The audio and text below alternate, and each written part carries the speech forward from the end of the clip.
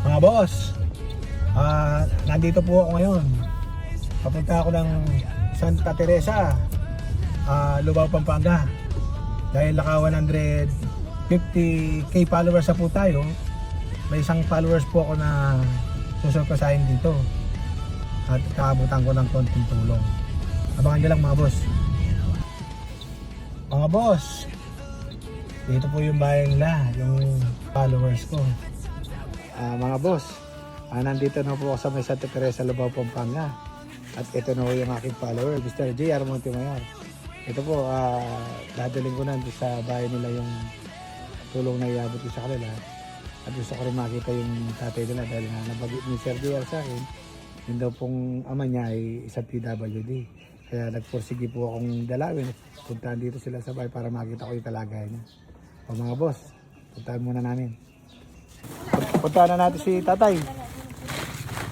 By the look in your eyes, I knew a surprise. The times that we earned all over now. I'm standing alone, still needing someone who'll suddenly sweep the night away. Never mind him, never mind him. Okay lang po ba pumasok? Pasok po kayo. Tatay, magandang hapon po sa inyo. Kumusta po kayo?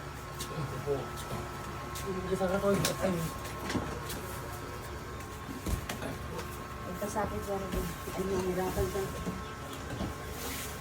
Ano ba yung nangyari kay tatay? Pasma.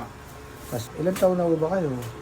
Ano na ako, 53 na ako. 53, bata pa po kayo. Ano ba pangalan niyo ulit, tay? Florante po, Montimayor. Mataga Santa Teresa, Lubao, Pampanga. Ito po mga boss. Ay, saan niyo ba nakuha sa pagtatrabaho? Oo, sa truck. Kahit ano, pag Mikay. biyahe kami, Nakalat ko minsan lang to. umuulan, nababasa kami. Eh tulad naman hindi na kayo makapagtrabaho. Nakapagpa-check up po ba kayo, tay? Hindi na, hindi alam ng doktor tong pasma daw to.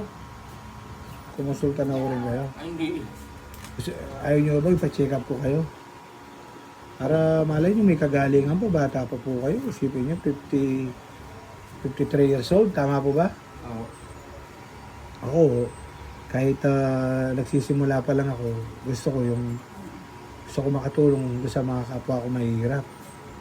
Kaya ako ginagawa to, dahil matagal ko lang pinapangarap na gawin to. Ngayon panahon na ito, ngayon ko lang nagawa. Nabigyan ako ng pagkakataon ng Panginoon na medyo makaluwag-luwag na konti. Kaya yung konting blessing ko, isinishare ko po sa kapwa ko mahirap. Kaya ako narito dahil nga yung anak nyo, si Sir, ay nabagit niya nga ako sa akin na, Ayun pala ho yung kapatid ko. ay, kumusta po kayo? Ano ba? Followers niyo po? Tagal na po. Maraming salamat. Ito, followers ko rin pala. Tsaka yun, maraming salamat po sa pag-follow sa akin ha. Ayun o, kaya ako narito dahil gusto kong makita yung kalagayan nyo at makapagbigay ako ng kahit konting tulong man lang. Malay nyo, pagdating ng araw, yung may makapanood ng video na to, lalawak at ahaba pa. Pero kung halimbawa, gusto nyo magpa-check up, ipapacheck up ko po kayo. Sasagutin ko lahat ng mga gastusin. Malay nyo, mag-ano tayo, second opinion, third opinion sa mga doktor.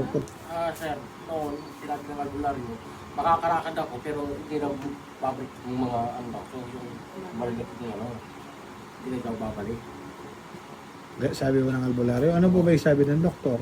Hindi doktor yung albularyo. Hindi, dapat pumunta kayo sa doktor para malaman ng doktor. Isa no kasi iba yung sinasabi ng albularyo, iba rin po yung sinasabi ng doktor. Mas the best po talaga yung doktor para malaman nila, i-explain nila yan. Kung yung mga nakakanood nitong video ko, gustong tumulong kay tatay, ako tutulungan ko siya sa abot ng aking makakaya. Kaya kung gusto niya magpa-check up, pagkatapos itong video na ito, babalikan ko siya. Yung mga gustong tumulong, mag-message lang ko kayo sa akin, kahit medyo nakakaluwag-luwag. Kaya ito po, si tatay, kakawa yung kalagayan niya dahil na inabutan ko, maagapang siya.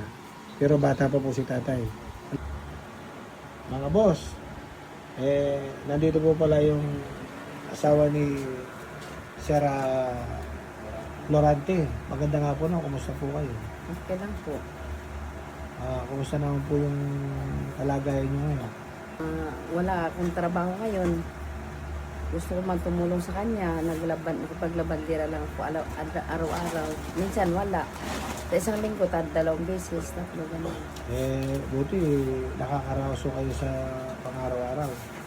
Kulang na kulang. Kung minsan, bibigyan lang ako 300. Kalahating araw. Matanong ko, ilang years na ulit ba siyang ganyan? Mag-23 na yan. Ibig Sa sabihin, December.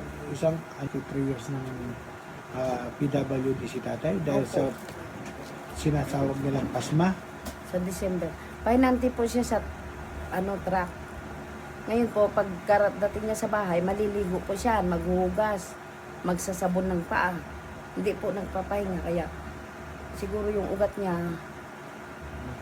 umakit sa na pulyo na lang siya ganyan.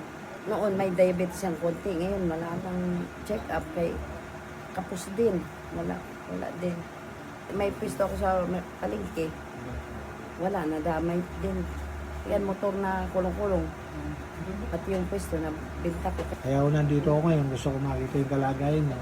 At tama-tama, naka 150k followers na po ako. Kaya kahit paano, nagdala ako ng konting sasalo-saluhan nyo. Kasi saan nyo na lang muna. Soon, magkikita pa po tayo ulit. Basta ang masasabi ko lang mo sa inyo, ma'am, kaya ganyan mo talaga yung buhay, lahat tayo dumadaan sa bagsulo. Kaya laban lang, tatagal lang natin, makita naman ng dilubyo, sakuna o problema na dumarating sa buhay natin. Lagi yung natin tatandaan, mabait po yung Panginoon, walang imposible. Basta magdasal lang tayo palagi, at huwag tayo makakalimot sa Kanya. Yung binigay po ni Sir, malaking tulong po. Ayan. Salamat. Sige, okay lang mo yan, okay lang. Maraming salamat. Basta magkikita pa po tayo ulit. Hindi lang yan, babalikan ko po kayo ulit. Sir, gano'n una na ako, basta ingat na lang ko kayo palagi, magdasal na lang ko tayo. Wala akong ipasimbo sa Diyos. Mauna na ako, thank you po. God bless, sir.